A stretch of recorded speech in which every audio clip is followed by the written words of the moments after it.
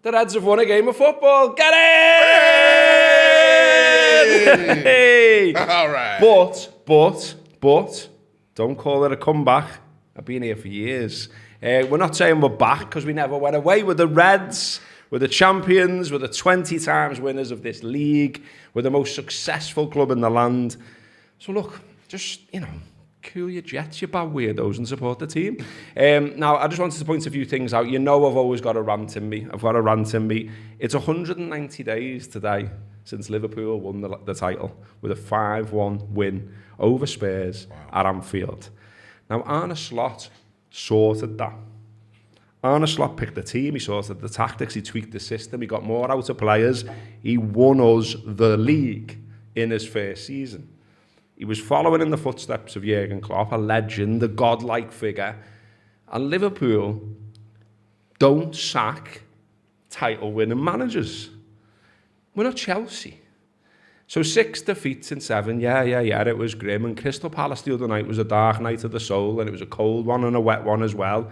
And look, I'll be honest with you, I got off early. When the red card happened, I was off. I was done. I was out of there. And I've only done that once before, and the whole time I've gone and watched the Reds. So look, it was grim. But I still didn't get the Slot stuff beforehand.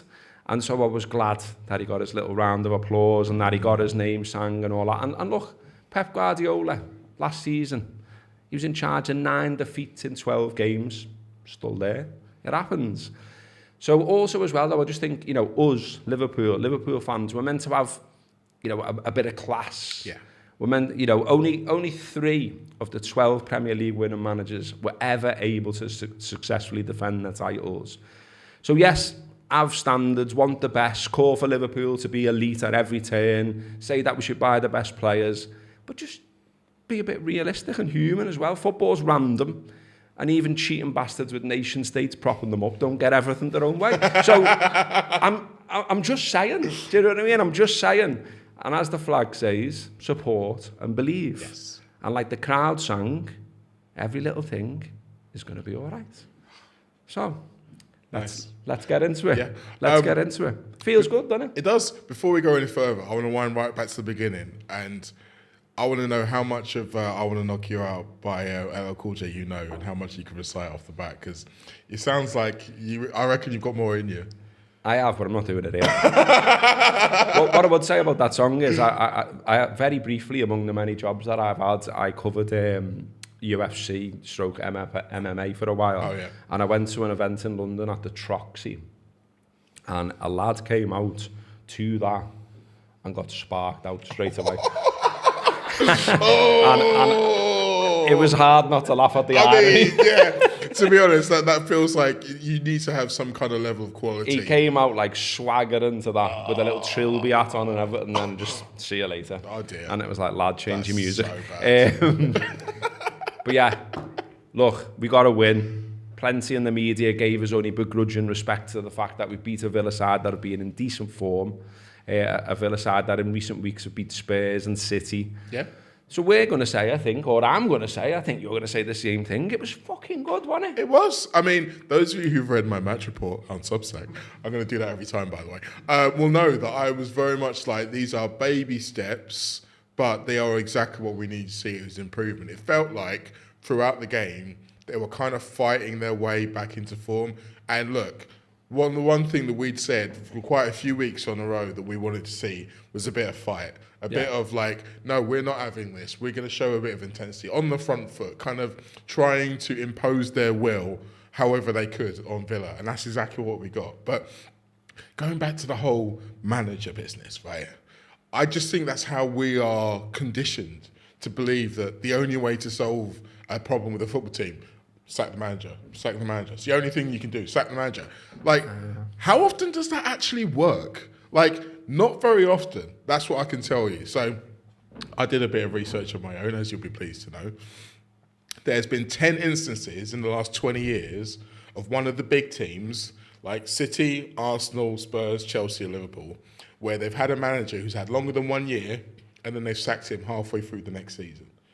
And how many times out of those 10 times do you think after sacking him midway through the season, they've ended that season with more points than they had the season before? Twice out of 10 times. Was it Chelsea? No. No, yeah. So one of them was Lampard to Tuchel, which, I mean, come on. Of course it was. Yeah, obviously that's a good idea. And the other one was going from Mark Hughes to Mancini at Man City. But that was at the point when Man City were really starting to ramp up their spending. So the point being, you think that changing a manager halfway through a season is a good idea, but it really isn't. Think about how many teams have had to change a manager in the middle of a season and then change that manager because it didn't work out, because they went too early and they would have better off sticking with the original guy. It happens so often in football. So everybody take a deep breath, maybe just bear through a bit of pain. Like, we as a society have got so bad at dealing with bad situations. Just gritting your teeth and bearing it for a while. It wasn't great. Like, Liverpool didn't win a single bloody point in the whole of October. Like, that was bad. But you know what? Liverpool have been bad before, and they've got out of it, and they've got good again. And you know what? It's going to happen this time as well. I mean, look, Rich in the comments says, did anyone outside the internet actually think he was going to get sacked? Look, that's not the thing. No, really. What does my head in is when people say, like, the internet doesn't matter, when it's like, it's omnipresent, it's everywhere, it's a massive part of society now. So, like, unless you've missed it, everyone, you know, like, what you say is often scooped up and used and turned into a story these days. So, like, if you're a Liverpool fan in inverted commas and you start spouting off about the manager online, you might find that the Mirror, the Mail, or someone else will say, Liverpool fans are saying this about Arne Slot. And before you know, like, you get this dirty snowball rolling down the hill connected to our football club. And I don't get it. Like, you know, there was stuff in that recent run that pissed me off about Slot, and I came on here and I said it. But did I want to sack? Did I fuck? That was ridiculous. You know, like I say, 190 days since we won the league. And, like, you know, here we are right now. We've won again and it feels all right and we're already above the Manx again. So that just shows you what I said the other week. They're still shite. Yeah. And, you know... It didn't take that long for that one to work itself out, did it? And look, you know, I just thought Saturday against Villa was just much better. I mean, you can see it in the stats. Obviously, Liverpool had more of the ball. Aston Villa only created, in terms of XG, 0.41. We had 4 big chances to their 0. We had 16 shots to their 10. And on it goes. Everything suggests that, you know, it was better. Yeah. And I think, you know, it felt like a bit back to basics, really, for me. You know, there's been lots of tinkering, there's been lots of changes. This was a selection where only the keeper and Ekitike were new, if you like. The team had Robbo in it again, and he's had lots of plaudits. I think he deserves them as well. I think he played well, and it made a difference him being there, and it made a difference it being a team that knew A, what it was doing, and B, each other. And look, you know, it wasn't perfect, as people have pointed out, but I do feel like we should have got more respect for it than I've read, than I've seen elsewhere. It's all a bit like, well, it wasn't perfect, but they won. And it kind of felt like, you wanted us to get beat, didn't you? You're just a bit gutted that, like, you know, we were starting to chink, you know, hit the hammer back at the idea that with the crisis club, you wanted it to go again. You wanted it to carry on, because it's great copy, it's great radio, it's great TV. Soz everyone we won.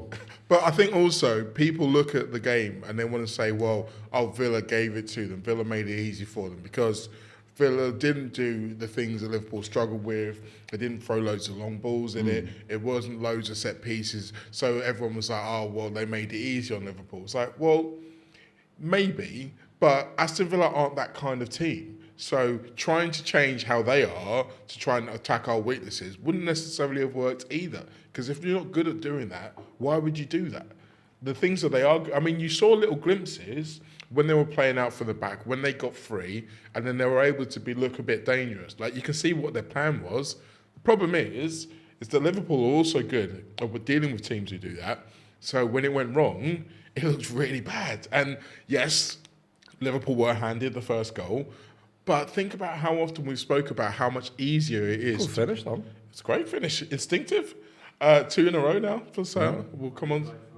Yeah, exactly. On his right foot as well. But once you're in the lead, it just got so much easier to play the football. And look, you can call it lucky or whatever, but I remember that United game and Cody Gakpo basically finding a magnet in the post because he just kept hitting it every time. Like, that's luck. That's bad luck. Yeah. This time we had good luck. We're allowed to have good luck. And yeah, it was a bit back to basics. And there is a slight element, maybe in the back of my mind, it's just like, well, that's a good short-term thing, but it might be a bit of a more long and medium-term problem if we've got all these new players and we play better without any of them.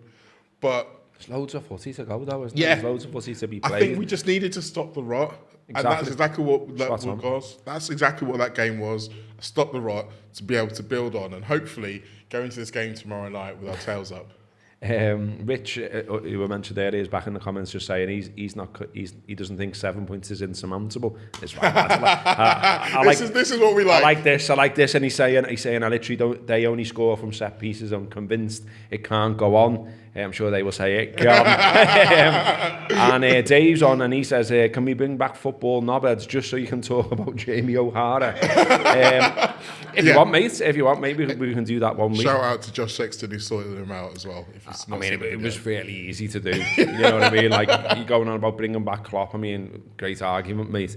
Yeah. We won't even pay that any attention because, it doesn't need any attention paying to it. But Gravenberch return as well is huge. The manager didn't choose for him to not be available. No. And when I was thinking about his performance and how well he played once again, I was thinking, well, if Fabinho was the lighthouse, as Linda's used to call him, well, Gravenberch's GPS then, isn't he? Yeah. Because it just feels like with him in the side, everything is better. Yeah. We all know where we're at. They all know where we're at. You know that he's going to do the turn. You know that he's going to be in the way.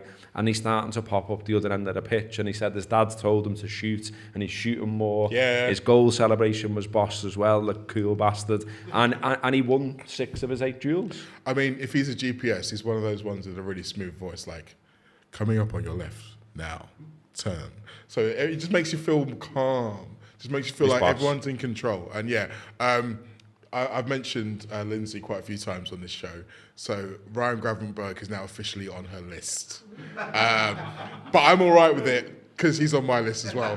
Because, I mean, he was actually I've just come from the press conference at Anfield, and he was talking along with Arne Slot. And he did talk about his dad telling him to shoot, and he just had a little smile on his face. It's just like, it just makes everything feel all right. Like, everything will be better when he's playing. So we need to find a way to make sure that we can still be good when he's not playing. But for now, we could all kind of just like... I mean, that is an issue, that there isn't another Gravenberch, no. But, let's just enjoy when Gravenberch is there, and he was there, and it was great. There's the substitution situation as well, around not only the selection, but the fact that he only chose to make 1 substitution in the whole game, and that was Wirtz coming on for Ekitike. Now, in according to our mate Andrew Beasley, that was the first time since 2021 that Liverpool had only made 1 substitution in a game. The 3-3 draw at Brentford was the last time that happened in 2021. Which is mad, because you'd have thought the way that game went, that they'd have wanted to change it a few times, but apparently they didn't. But on Saturday, it kind of felt a little bit like, I can be a bit superstitious at times, like particularly around football, a little bit of cricket as well. But like, if you're watching a game at a pub and someone leaves the room and then score, and then you need another goal, you're sending that person out of the room, aren't you? You say, go on, just do what you did before. So when Liverpool were winning and it was 2-0 and everything was hunky-dory, so it was a bit like, let's just keep everything as it is right now. Don't change a thing. But also, I do think it was a little bit within mind, these 3 games in a week.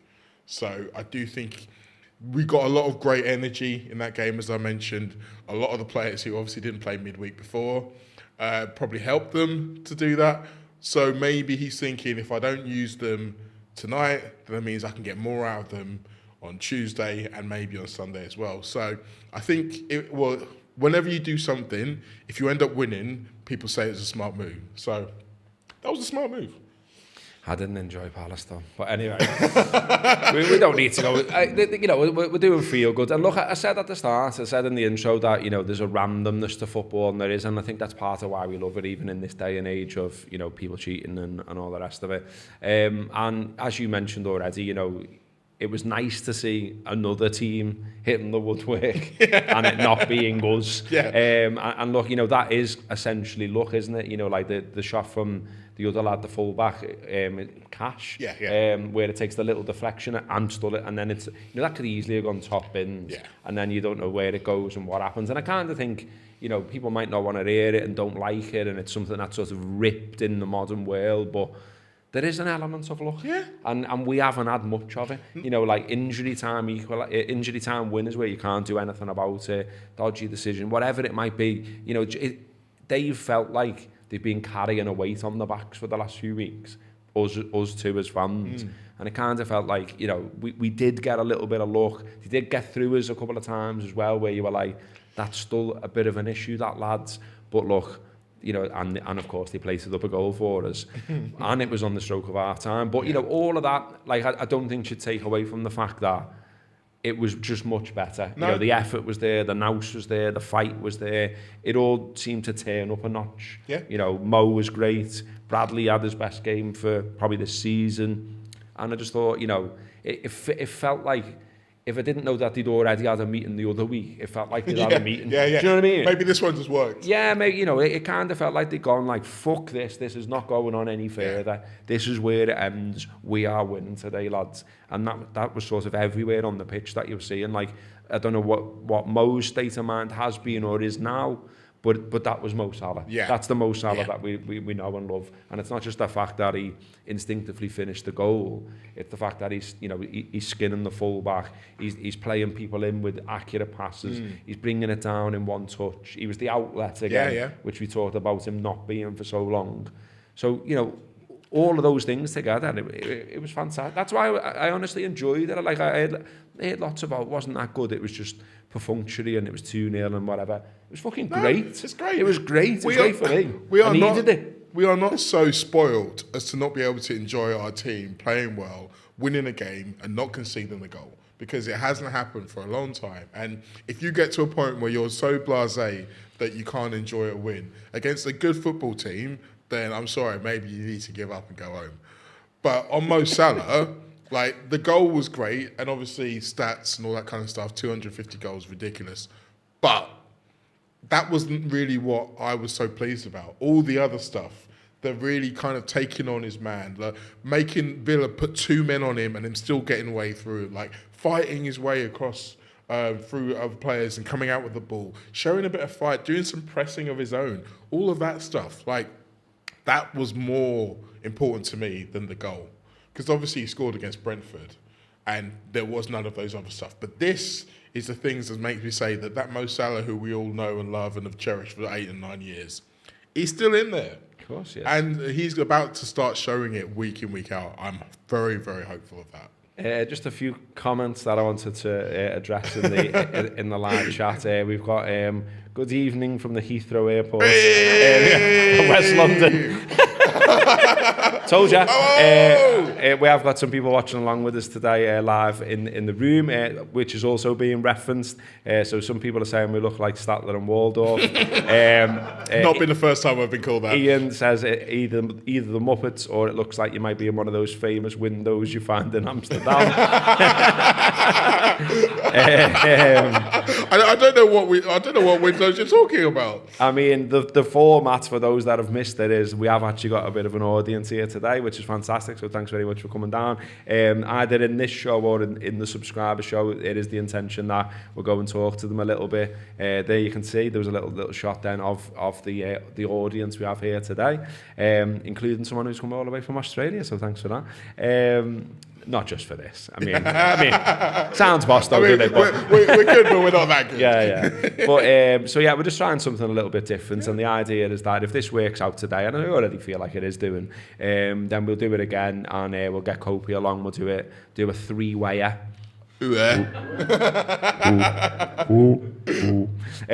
Okay, we've got that out the way. And yeah, it's good. I mean, it's nice to have a little pint as well. Nice to come into town. And yeah, we just thought we'd try it, and it looks like it's working, apart from that you think we're Statler and Waldorf in Amsterdam. But, you know... I mean, that also might mean it is working, to be fair. We'll work on that, yeah. I mean, look, I think it looks classy, mate. It looks like we hate each other on the main shot. It looks like you know, like I've got my back to you going, fucking prick. But anyway, where were we? Okay, the Reds. I mentioned Bradley, and the manager himself referenced Bradley. So he said Connor played an outstanding game. Everyone was really fighting to get the win over the line, throwing themselves in front of shots, sprinting back when needed, being ready for a high press. The challenge for Connor now is to make himself ready, because he's not been used to 90 minutes a lot this season. And after 2 days of rest, the next one's coming up. Now, I wanted to pat ourselves on the back about this one, because when we were talking about Trent going last season, and we were talking about how this season may unfold, and lots of people just said, Bradley will just step in. We said, didn't we? I remember it. I remember pulling the stats, and we said he doesn't play 90 minutes a lot. No. Now, don't know what the reason for that is, but for whatever reason, he's often pulled off before the end of the game, and. So it's proven, but he did look more like his old self there, didn't he? Because it's been concerning, hasn't it? You know, we talked about it. That Northern Ireland game, the one that was on BBC Two, he was man of the match. He was brilliant. He was everywhere, and it was like, that's the lad that I've seen. Where are you for Liverpool at the moment? You know, not to hang him out to dry, but he just hasn't been that level. But you know, on Saturday, it felt like he's been worrying about the bad things and what could happen, rather than trying to impose himself on the game. Like, we talked about the yellow cards and all that kind of stuff. It felt like he was getting in his own head a little bit. Whereas against Villa, like, there were a couple of times where he made a mistake, but you could see him shake it off quite quickly and then go again and go again. And it's funny, Slot was asked about Bradley today. He's obviously referencing the Real Madrid game. He kind of enjoyed his time against Real Madrid last year and all that stuff. But then Slot mentioned that he also came off injured in that game. And they said, it was asked, what does Bradley need to do to get to the next level? Slot said it again, stay fit. It really is the key for him. Yeah. And I think you notice the way that... Maybe you can get in that ice bath with Haaland. Maybe you should start drinking that raw milk. Have you seen that? No. Haaland drinks this like raw, unpasteurized milk, which is mad stuff. Like, you have to go to a special farmer to get it. I really hate that he plays for City, you know, because like I feel like in another circumstance I'd really like him. Yeah. But never mind. Yeah, for at least the next 7 days we are going to be Haaland fans. Yeah. But going back to Bradley, I think the confidence that he gets from a good game like he had on Saturday, hopefully going into Real Madrid again, he's obviously going to be up against it, because I think Vinicius and Mbappe are probably going to be doubling up on that side. So he's going to have to deal with two of the greatest players in world football right now. But if he comes out of it the other side, having done well again, then the sky's the limit for him. It really is. We do obviously mention superstitions and things people do to bring luck and all that kind of stuff on here. And basically, the reason we've been shit all this time, it's Matthew Wilcox's fault. I mean, fuck's sake, mate. He's apologised. He said, sorry, everyone, my fault we've not been winning. I haven't had a bath for a while. But you guessed it. I had one on Saturday night, sat down to watch the Reds, and the Reds win. So, Matthew, because you are listening, I need to know, is this because you've been having showers instead of baths? Or have you more just importantly, been get a fucking bath tomorrow. Yeah. And just get a bath anyway. Like if you live with other people, they're all screaming at you to have a bath. So, you know, it's not just for your benefit. Also, Nick, come on, you're better than that. I think I should have brought my glasses. It's further away than normal. Nick Ritchie says, your audience looks like a Man City trophy parade. You're better than that. Boo. You're better than that. Let's get back into saying our players are boss anyway. So we were up to Bradley, weren't we? We've got to give a shout obviously to Dom, because he was unbelievable. He was everywhere, and I kind of feel like I was thinking about, you know, if you go back to when we signed Vert and why we signed Vert and how we got him over other people and all this, it seemed to be like, certainly the story that was sold was he felt like there was a plan for him at Liverpool and not necessarily elsewhere.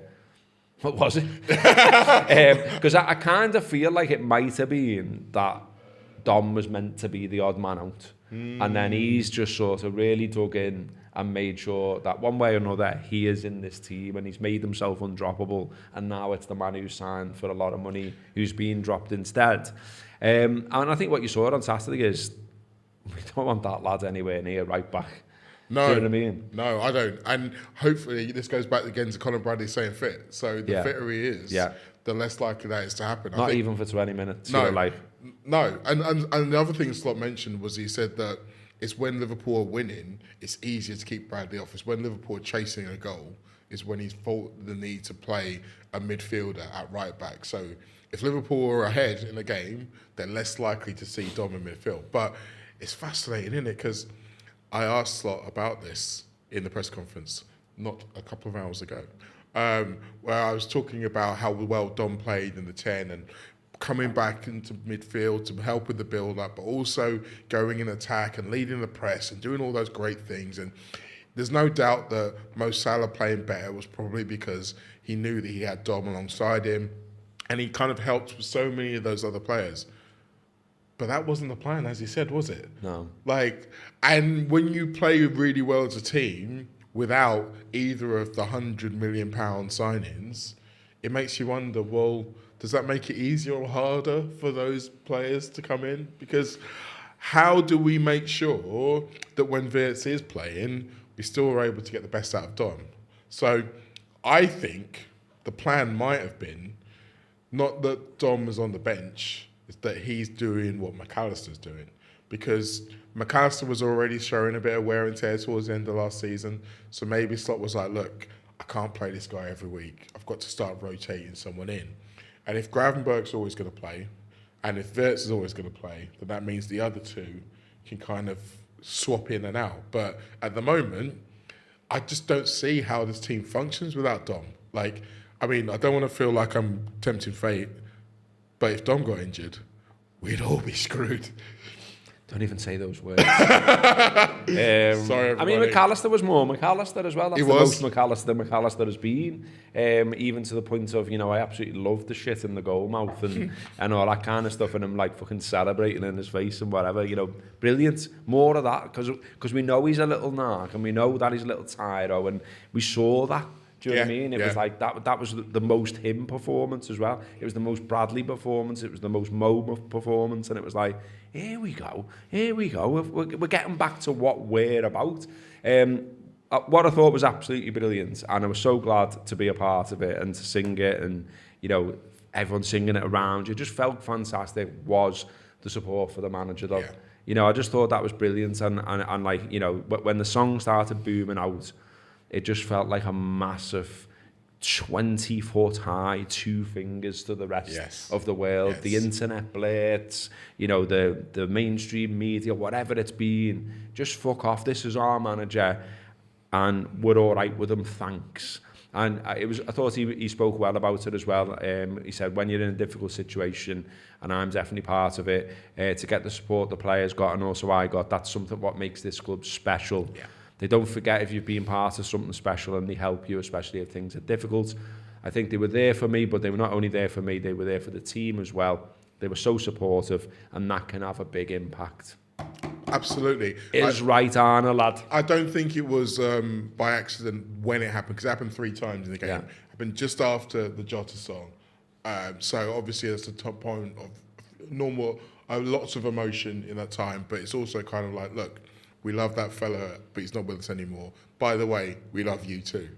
0-0. 0-0. Yeah. Nothing had happened in the game. Yeah. Then the second time was after the 2-0, when it's like, okay, looks like we've got a win. Fantastic. By the way, Arne Slot, we love you too.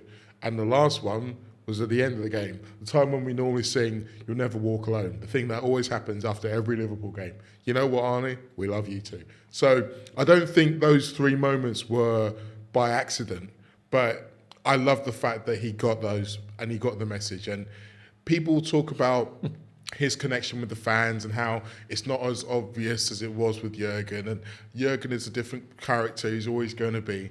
But I don't think that means to say that he doesn't have a relationship with the fans. He does. It's just different. And it's one of those times where you've got people in your life where you don't have to tell them that you love them all the time, but they know.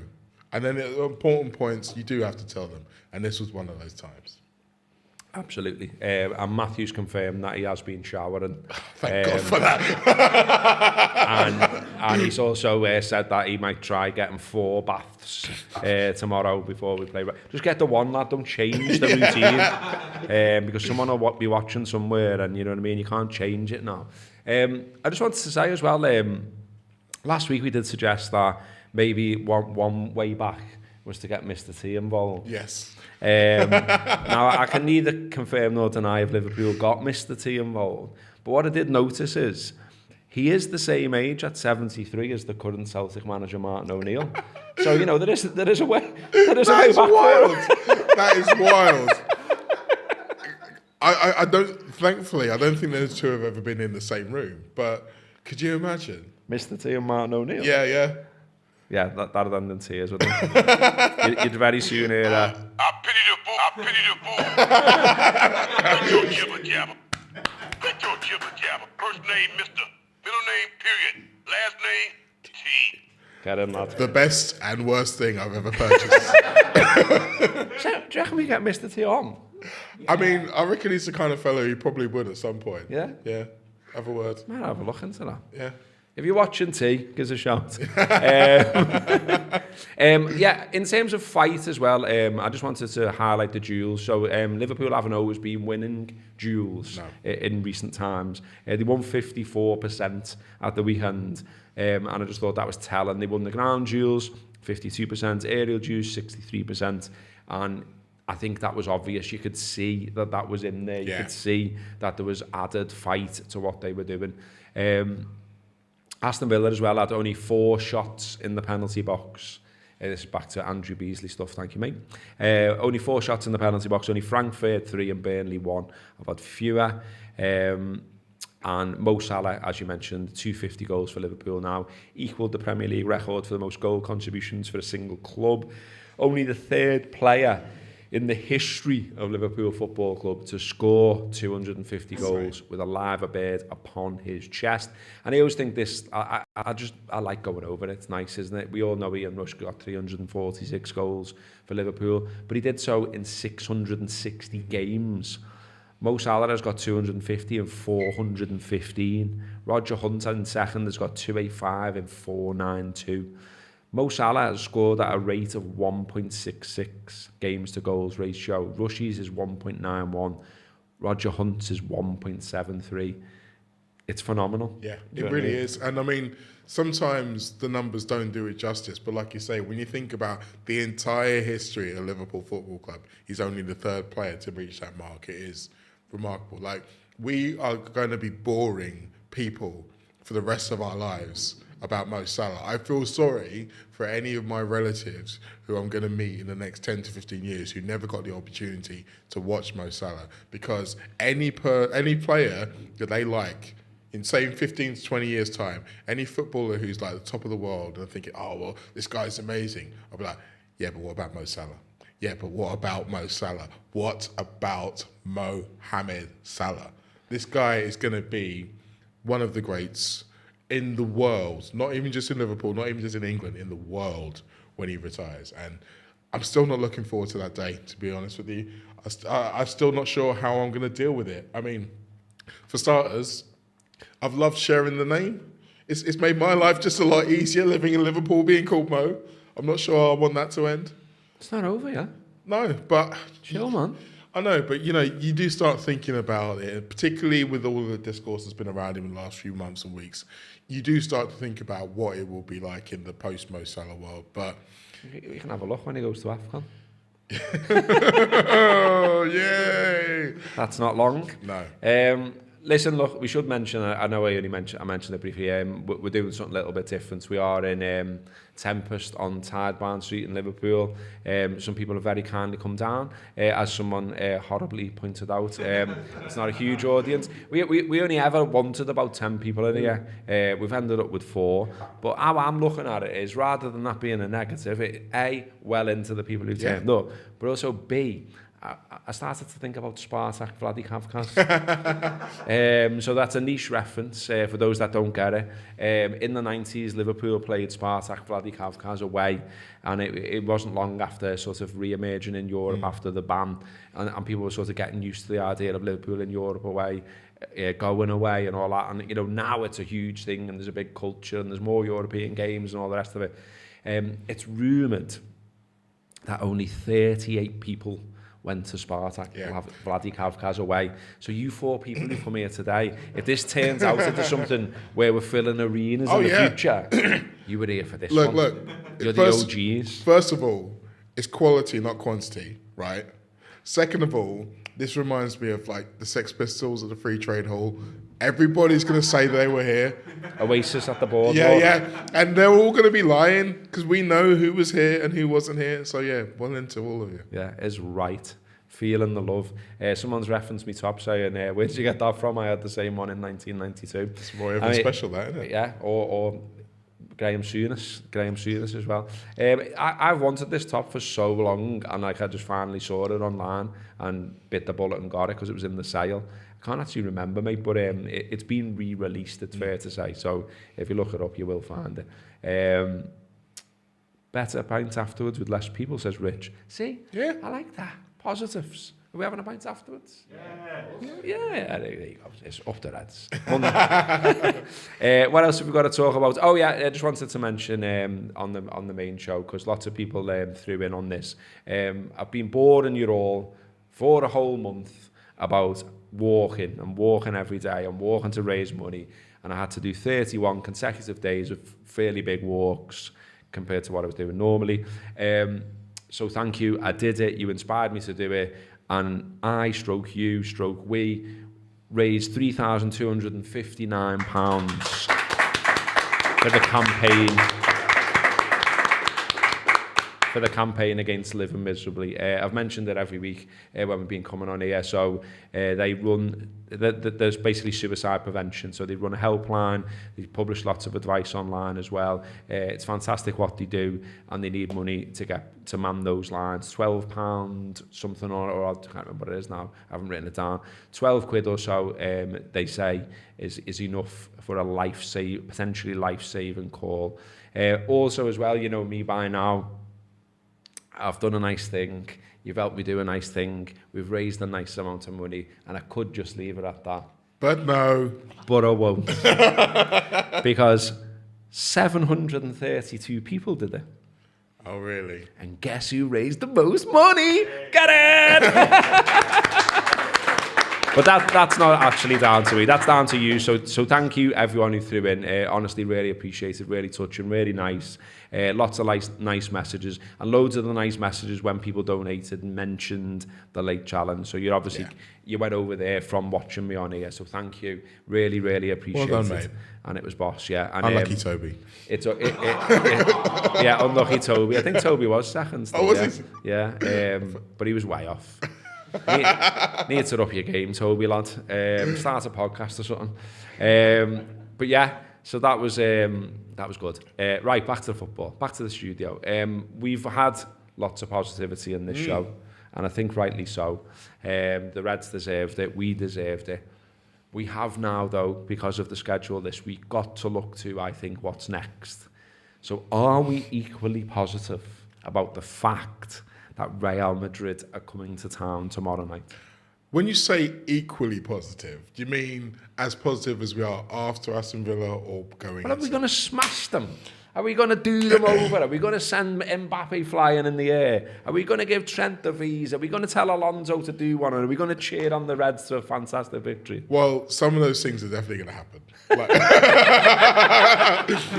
at least the three of the last two are definitely going to happen. It's the hardest thing I think about this game for Liverpool is the memory of last year. Is the fact, obviously, Liverpool came against Real Madrid last year, wiped the floor with them in every conceivable way. It was one of the greatest victories we've had in Europe for quite some time, outside of obviously winning the thing. And it really set up the season beautifully. We went on to beat City at that weekend, and then we were flying. And the memories of that, we mentioned Mbappe, all that kind of stuff. are all live. And that's the benchmark that this team have to hit again. But it's different because that Real Madrid team, as Arne mentioned today, had a few injuries. This time they're almost at full strength. So they're going to be tougher. They're going to be smarting after what happened last time. So they're going to want to come and set the record straight. They've been very good. I think they've played 14 games and won 13 this season. They only got beat by Atletico Madrid. Yeah, 5-2. But we beat Atletico, so, yeah, you know, school playground. I love it. So, yeah, I think I'm confident that Liverpool can put in a good performance. Whether that good performance will be enough to win, I'm not sure. My instinct says this one might end up being a draw. But you know what? I'll take a draw. Yeah. I really will. I think that Liverpool are in a good enough position in the Champions League in general to be able to get a draw in this game and go on and win a few more of their other games and get into the top 8 and be all right. But if you think about how I was feeling about this game on the way home from Palace compared to how I'm feeling now, it's like a good 40% more confident. Yeah, I feel well better about it, I've got to be honest, and like I'm looking forward to it now. And I just hope that we take the Anfield of the weekend into the Anfield of tomorrow, because I kind of feel like, you know, some of this isn't Anfield's fault, some of this isn't the people who go to Anfield's fault. There's too many fucking games, there's too much football, the extended format is shite, and it's diluting it. You know, it's diluting it that we're playing them that often. You know, there's now going to be a rule kicks in that we don't draw them at this stage next year, because they're aware that they're diluting these games. These games are meant to be special, meant to be different. And it felt like in the Atletico game, there just wasn't a buzz around it. You know, going up to the ground, pubs before, it was just all about, and it's because there's nothing riding on it in the same way. You know, this mad league format, you know, you have to be really shit to not qualify for the next stage, and it's kind of pointless, and it's kind of took some of the edge off. So forget all that. I mean, I think it would be easy to forget all that and fucking get into these bastards, because you know what? They've been horrible to us all of these years. They've nicked one of our best players in a grim way as well. That's what they do. That's how they operate. You know, we've had these games against them where it's been horrible. We haven't got, you know, it's 1 win, 1 draw and 7 defeats in the last 9 against Real Madrid. And, you know, I can remember one of the most horrible games ever at Anfield was against them under Rodgers, when it just felt like fans were like, you know, taking pictures of Ronaldo and just being like, oh, Real Madrid in here, ooh, fuck off. So, without wanting to go back and mention Palace again, that was the last time it felt like Liverpool turned up to a game at Anfield expecting to lose. And I'm not sure that that's ever been the way we should be. I definitely don't think it's the way we should be at all. So I think that version of Liverpool does not exist anymore where we are. I think when we go into this game, we can look at it and say, yes, Real Madrid have been better than Liverpool in lots of important games, some of them quite painful for a variety of reasons. But European Cup finals and that. Yeah, those are the ones I was thinking of, yeah. But I don't think there should be any kind of inferiority complex. Again, referencing Slot this afternoon, he was very keen to, every time he could praise Real Madrid, and he did, he said, they're a good team with good players, but so are we. Is right, and that's how it should be. And hopefully that's how it will feel, and that's how it is. And, you know, we get right in there. But look, I mean, the reason why I'm not worried about what the atmosphere is going to be like at Real Madrid is because of the Scouser in their team. But he's not even going to fucking play, is he? Well, I mean, he's had this injury. Valverde started at the weekend. He did. He doesn't seem to be, like, match fit. He might get on. Yeah. Do you think he's starting? No. So I know he's in the squad, like. He's in the squad, but if the Real Madrid manager wasn't a former Liverpool player, then there's a chance that maybe he'd be in the starting lineup, because you'd want to back him and say, look, we want to prove that we think you're great and we know all the noise is out there, but you're our guy, you're going to go out there and prove it. But Xabi knows Liverpool. He knows Liverpool fans. He knows how we think. He knows that putting him in the starting lineup is a red rag to a bull. He doesn't want to do anything that's going to give us He's even more. not even brought them over here, has he? Because he said I can't be bothered with all the cameras in the faces. Yeah. We're just going to come last minute and have a game. Well, some of the Spanish media were asking me, they were asking a lot of the Liverpool press what they thought about that. And to be honest, I was a bit like, well, I mean, it's not like they need to know what Anfield's... No, it's not like they need to know what Anfield's like. They were here last year. They know what it's like. But it also proves, like I said, Xabi Alonso's smart enough to know what not to do in order to get Liverpool crowd up for it. So he's not going to start him. Valverde will start. And if Real Madrid are losing, then I suspect he might come on. If Real Madrid are winning, I don't think we'll see him. Because if it's tight, if they're like 1-0 up, that'll be the one thing that will get Liverpool going. And he doesn't want to risk that. I think if it's a game where they're comfortably in the lead, then you're more likely to see him than if they're behind. In terms of the whole like sideshow of it all as well, I just feel like once again that he's become really expert at sticking a massive footy boot in his own mouth, because you know, like the exit was handled so badly by him, by his team. You know, you could have done it differently. I'm still convinced that you could have done it differently. And I've got to say that, like, for all that is likely to happen at Anfield tomorrow, it still all feels a little bit sad to me. Yeah, absolutely. Because, you know, 354 games for Liverpool, 7 trophies. You know, it could have, if he decided he had to go, it feels like it could have been done differently. I think, you know, rocking up on day one in Madrid and speaking Spanish after you've been doing all this shit and give it to your own fans. Like, what are you on about? And like, you know, the stuff he's done already in the build-up to the game, he talked about, you know, what it was like to move to Real Madrid and seeing my shirt in the Bernabeu, a surreal moment, playing in such a mythical stadium and for the home team. It was so much better than playing for the away team because I finally got to win in this stadium. I mean, first of all, that kind of ignores the fact that he was part of the reason why we didn't win in that stadium. But I'm not going to get too upset about all those things because you know what? You know what those quotes are? They're the quotes of a Real Madrid player. Yeah. They're the quotes of the fella who wants to get in well with Real Madrid media and Real Madrid fans. And he's going to tell them what they want to hear. He's not doing things for us anymore. And you know why he's not doing things for us anymore? Because he doesn't play for us anymore. So you know what we need to do? We need to treat him like a footballer who doesn't play for us. And we need to treat him in the same way we're treating any other player in a white shirt when they get the ball. When Bellingham gets on the ball, when Mbappe gets on the ball, when any one of those other Real Madrid players who we wanted to sign and didn't gets on the ball, we need to give them stick, and he's going to get it just the same way. Now, when he retires as a footballer, then I think there should be a point where in the future we can say, look, I appreciate what you did while you were for us. Still don't like what happens at the end, but I'm not going to completely ignore all of the good stuff that happened before it. But tomorrow night, no. That is not time for that. He's opposition. Fuck all this respect shit. But no, exactly.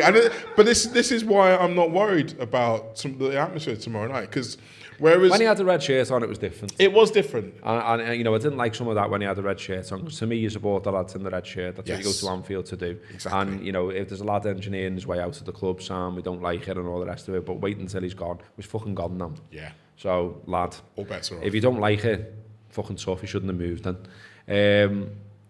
I think you touched on it, but I just wanted to add or ask anything else of note out of the press conference today then? So I thought it was interesting the way Slot mentioned about the energy in the team and the intensity in the team, and about, because he was asked about Florian Wirtz and whether or not he's going to play. Well, I think the question was more based around the fact that he's been important in the Champions League and he's played a lot of his best games in the Champions League, and Slot was still very much like, yes, he played Champions League and league games in Germany, but in England it's a different kettle of fish. So I was reading between the lines, and I suspect that he is going to play. I suspect that Szoboszlai is going to play. I suspect Gravenberch is going to play. I think McAllister will be the one who sits out on the bench and maybe comes in. But it'll be interesting to see if he comes in for one of the midfielders, maybe Wirtz, or if he comes in for Bradley and Dom has to do the dog shift at right back. But again, like I said earlier, I think the most impressive thing for me was there was no inferiority complex. He was clever enough to know that he's not going to disrespect Real Madrid, because the way some of the questions that came from the Spanish media, there was kind of set up in a way almost to give him an opportunity to say, well, they're not as good as they used to be, or any of that kind of stuff, and give them something to go on. But he wasn't going to. I mean, they've lost one game, so you can't really slag them off. Can you? But like, he was able to say, well, look, the team last time where it came with Carlo Ancelotti, they were very good, but this team are very good as well.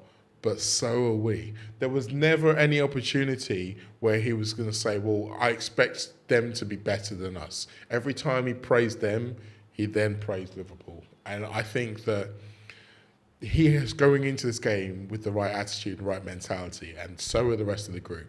So as much as that plays a part, I think we'll see, hopefully, another front-footed performance from Liverpool on Tuesday night. Smashing Reds. Yes. Yeah, and then Man City at the weekend, after our live show, which is of course the main event of the weekend. Indeed. Sold out, late challenge live, handymans on Smithdown Road. We started to plan, we started to buy. We've got a little planning meeting, haven't we, on Wednesday to properly iron it out. Kofi's coming down, Stu Wright's coming down. And we're going to make a show of it, and you're going to do some DJing. I am. Honestly, I cannot wait. Should be good. And a bit like tonight, if it all goes well, we'll probably do it again, because why not? When we were talking about the gaffer, it's gone on my head now. Hello, senior moment. When we were talking about the coral and all them and the gaff that closed, the Casimir, not the Casimir. Zanzibar, there we go. We got there in the end. I was thinking like a podcast version of that. And I know the podcasters come and we all just have a big massive party every week. No? Yeah. Anyway, see what happens. But yeah, we'll start with Saturday. Should be good. Yeah. So if you're coming down, bring the best version of you. We're going to do some like stuff on the night, get you all involved. You'll be able to maybe win something without giving it all away on the show. So yeah, it'll be good. I'm going to try and get some stuff out there into the wider world, stuff that is publishable. Once we've run past our legal team. I'm intending on saying stuff I wouldn't normally say. So really? Let's put it that way. Well, I should remind everybody that it's actually my birthday on Saturday, so I'll probably will also say things I probably shouldn't say. Like, I dare say that there'll be a few people who there wants to buy me a drink, and you know what? I'm gonna let you. Just so you know. And it's not my birthday, but you can buy me one as well. Man City is the day after that, and look, you watch them. I sat down and watched them against Bournemouth, and it was a good game, but it does kind of look all about trying to stop Haaland right now, doesn't it? I mean, it's 13-10 in the Prem this season, 4-3 in Europe, 98 and 107 in the Prem overall. I think basically we need to do what we did last time when we go to Man City, don't we?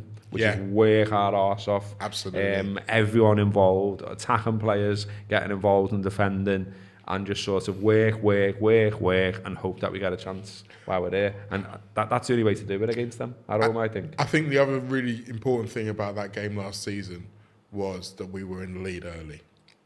And then we scored twice early. So then it was like we were already feeling confident about ourselves. And then we went 2-0 up. And it was like, okay, we've got something to hold on to now. Now we can fight for our lives to protect it. So, again, you've seen so many teams play Man City where they started well, and you think, oh, we're in the game. Oh, no, wait, Haaland's got a chance to go 1-0. And Bournemouth, that happened against them. And Bournemouth, to their credit, were able to get an equaliser. But then I think it was, 5 minutes later that he scored again? And then it's just like, okay, you are inevitable. He is inevitable. You can play well against him for 88 minutes and then lose him for 2 and he scores 2 goals. But again, I really think that scoring the first goal, taking the first chance. I mean, if you look at the history of Liverpool going to that ground, that's always been important. The amount of times we've started well, not scored, and then been on the back foot. I still think about that chance for Mo Salah in 2018 before the game that we lost 5-0 when Manny got sent off.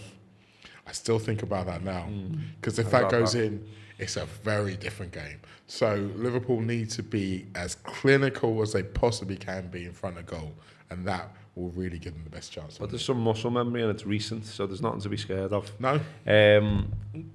Now, lads, can you just completely change all the camera angles because Stephen's not happy in the comments. It's doing his head in, so we'll just stop and the lads will set it all up again for you, all right, mate? Yeah, I mean, fucking hell, lad, we're just having a go at something new. I'm not sure why you've committed that one to paper, mate, but we're having a go, mate. And yeah, we'll keep on having a go. But yeah, we need to do what we did last season. Ultimately, I think is the thing. We've got any time left? Little bit, maybe. Couple of things we had on Twitter this afternoon. Peter Birmingham. Now, I really like how his name's spelt because it's a Scouse version of Birmingham. Yeah, because it's basically like Bermingham. So it's like Birmingham. So I love that. Peter Birmingham, lad. And his art is BMO.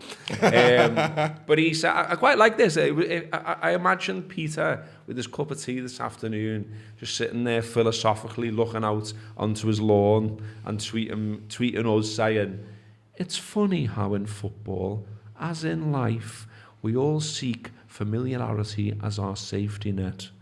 We marvelled at the summer business, but ultimately, when times are tough, it was the tried and tested people called for, received, and in the end, it delivered. Change is good, but not all at once." He's a wise man, that Peter. Is the right bit, lad. I loved a bit of that. Yeah. I was like, I'm into that. I'd have a pint with Birmo. And then Brian Savage said, "All right, lads, after how the midfield performed on Saturday, do we throw Vert back in there or leave it as it is? Love the pod up the Reds." Well, I think the McAllister argument means that he has to play either Tuesday or Sunday. Because McAllister played in that Palace game that we won't mention anymore. So he can't play 4 games in a row. So one of them, Wirtz, is going to have to come in for him. And if you think about, would you rather him playing against Real, would you rather Wirtz play against Real Madrid at home or Man City away? Personally, I'd like to see him in both games. But I think what we'll see is him against Real Madrid and Maka on Sunday. So yes, is the answer. Hustlebones said, fun fact, he says, Haaland has 1 goal in 4 games for the LFC and it was 2 years ago. Yeah. No, he's traditionally... Am I right in saying he hasn't scored against us in the Prem? Is that right? He got 1. Yeah. So he scored the right. League Cup game after the World Cup. I think he scored in Community Shield and then that one league, I think. But we have... I don't think he scored at Anfield. I think I'm right in saying that. That might be it. Yeah, that's what I'm thinking of. But then, Sergio Aguero never scored at Anfield. So, he's in a strong lineage of Man City strikers in that way. But look, it's not going to be easy. I don't think... I think no one ever said it was going to be easy. No.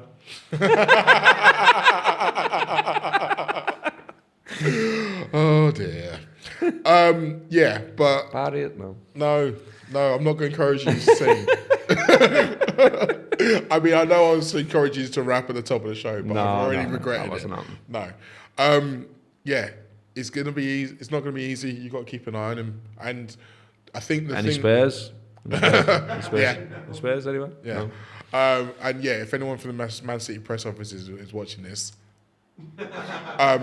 yeah, but the goal he scored, the first goal where he did the breakaway, where he just ran past them all, was very similar to the goal we conceded against Brentford. So I'm hoping that the team... I think that's what Klopp always used to say about him, wasn't it? That, well, you just starve him with service. Then. Yeah. Like, yes, he might be unplayable, as a lot of people are saying, but if no one can get the ball to him, then... So you got to work on the players who are meant to be feeding him the ball. So get closer to them. And the way we were pressing against Villa gave me hope that we could do it. I liked it. I mean, I've got a bit of a weird thing developing where, like I say, I kind of like him. No. Like I absolutely loved that goal he scored against Brentford, We just lashed all the centre halves everywhere, and it was just like, that's boss. I wish he played up front. He reminds me of a rugby player, like genuinely the way he's able to just manhandle everyone and everything in his path and just get to the direct point. You know, we haven't mentioned hardly in the whole podcast. Hugo. He was like he had the quietish game, but you can see his confidence is flying because he was just doing little Bobby Firmino flicks and tricks, wasn't he? And you were like, you'll do for me, lad. He contributed without necessarily doing the normal striker stuff. And what I was saying before about Liverpool needing to be clinical, if he gets a chance early. So the one thing he did do against Villa is he scored with his head. And even if it was chalked off for offside, like that has probably been the only dark mark against him, is that every time he's had a headed chance, he's been total Joel Matip 50p head. This time, he did exactly what he needed. Nice little cushion header. So, and it could be panic on the streets of Manchester. Katike. That's for Stu, right? He keeps trying to get that one going, and no one's really biting on it. But, you know, we had to go, Stu. We had to go. I mean, if he scores in Manchester, I feel like it might be compulsory. I feel like Stu will get that going on Saturday night as well, no doubt. Right, well, we're going to have a little break, and then we'll go into the Patreon show. We're going to be talking about small wins. We're going to be talking about dogs. And we're going to be talking about what you've all been waiting for, which is my battle with Park and I. Now it's niche, but if you've been subscribing for a long time, you'll know that I've had a 2-year plus battle with Park and I feel like I've won the fucking pricks. Anyway, so I hope you're watching. So get yourself over to Patreon. We'll be talking about all kinds, a bit of life, a bit of middle age, a bit of Park and I, a bit of dog, a bit of whatever else we can think about, cold, damp, daylight, whatever. Thank you for watching. Hope you liked it. And we're going to involve the audience, I think, in the Patreon as well. We'll have a little ask of where they're all from, why they're here, and that kind of thing. Kind of was going to do this in the main show, but we ran out of time, so has everyone. I presume he's just dying. And yeah, thanks for everyone who's watched live. Thanks for everyone who listens. Thanks for everyone who watches later. And yeah, if you fancy the Patreon, come on over. You'll find it's easy enough. Patreon, the late challenge. We'll see you next week. If not, up the Reds.